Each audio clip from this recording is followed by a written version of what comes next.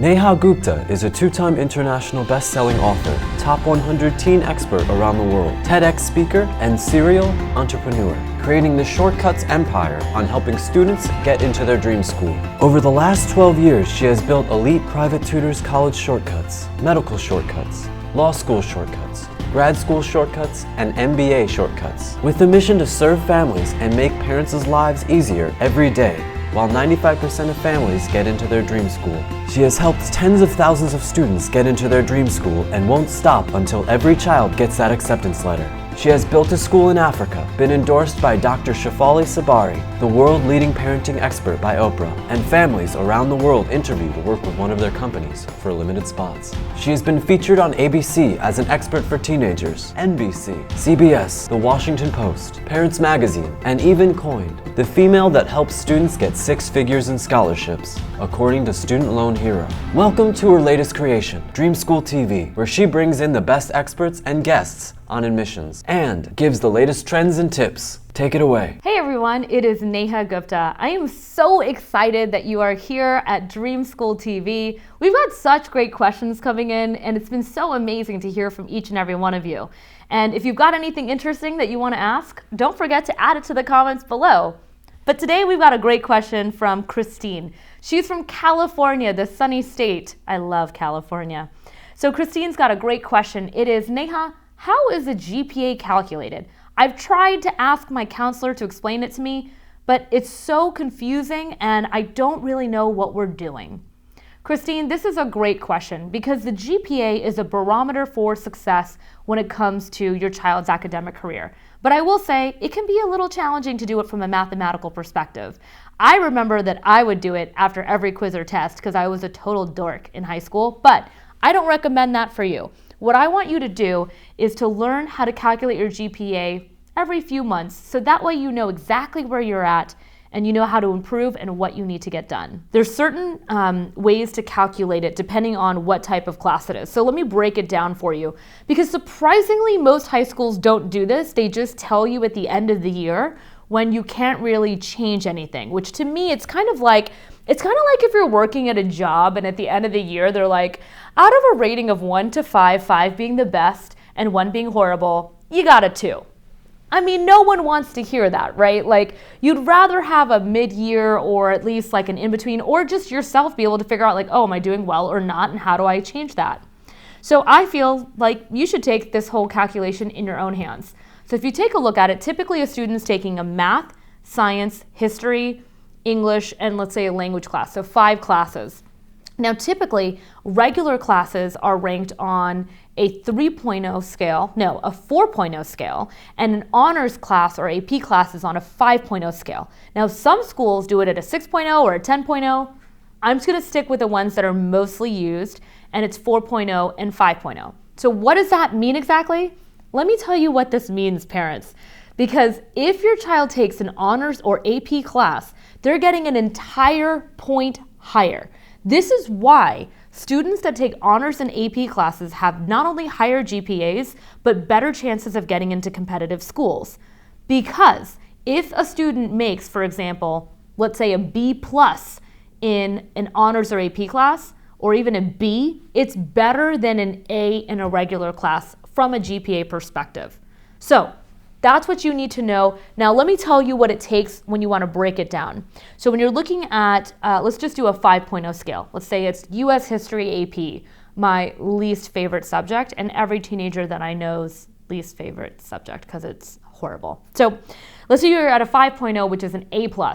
If you do subtract 0.3 each time, then the letters go down. And you usually do it by plus, A+, A minus, B plus, B, B minus, and so forth, all the way down.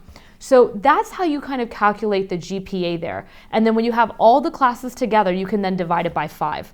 Now, I know for some of you, math might be tough, so you might need to write this down. Basically, what I'm saying is that you've got to look at every single class separately, add all those numbers together, and then divide by 5. Now, one of the things about the GPA, I want to just make this very clear, especially if a student is watching. You are not defined by your GPA. Let me say that again. You are not defined by your GPA. Because if you were, there would have been an algorithm that got you into college. You wouldn't even need to apply. They would just look at your numbers and you get in. So the truth of the matter is that it's not just about the numbers. And I know, Christine, you're probably just curious about how the GPA is calculated, but I just hope you don't become as anal as I was when it came to calculating the GPA. Because there's so much more that matters. There's the essays, the resume, the experiences that you're gonna have.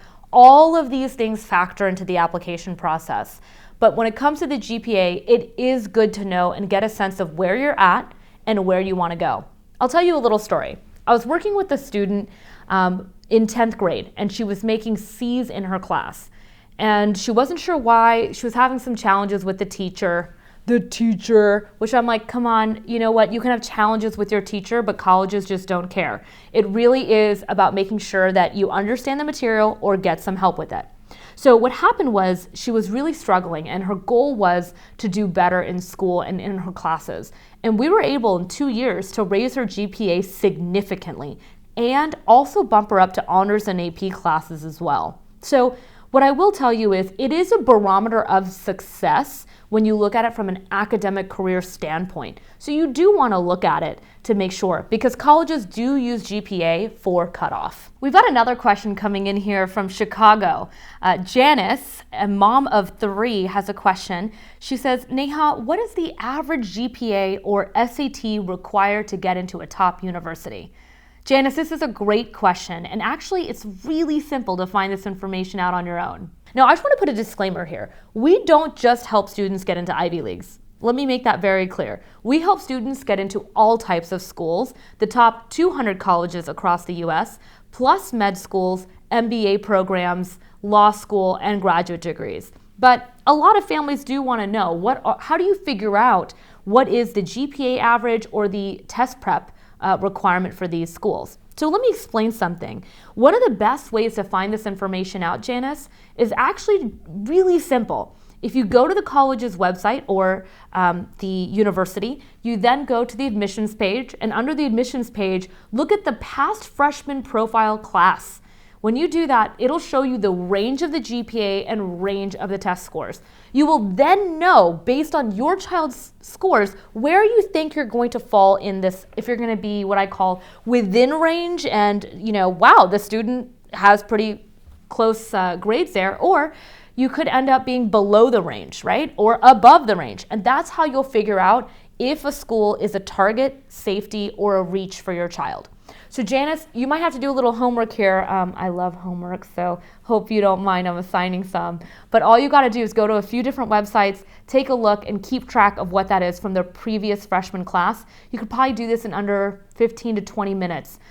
So I hope that helps, Janice. And everyone that is watching, I know everyone thinks the GPA is everything, but I will tell you, we have helped students get into their dream school with GPAs that, based on those numbers and expectations based on the freshman profile, they shouldn't have gotten in.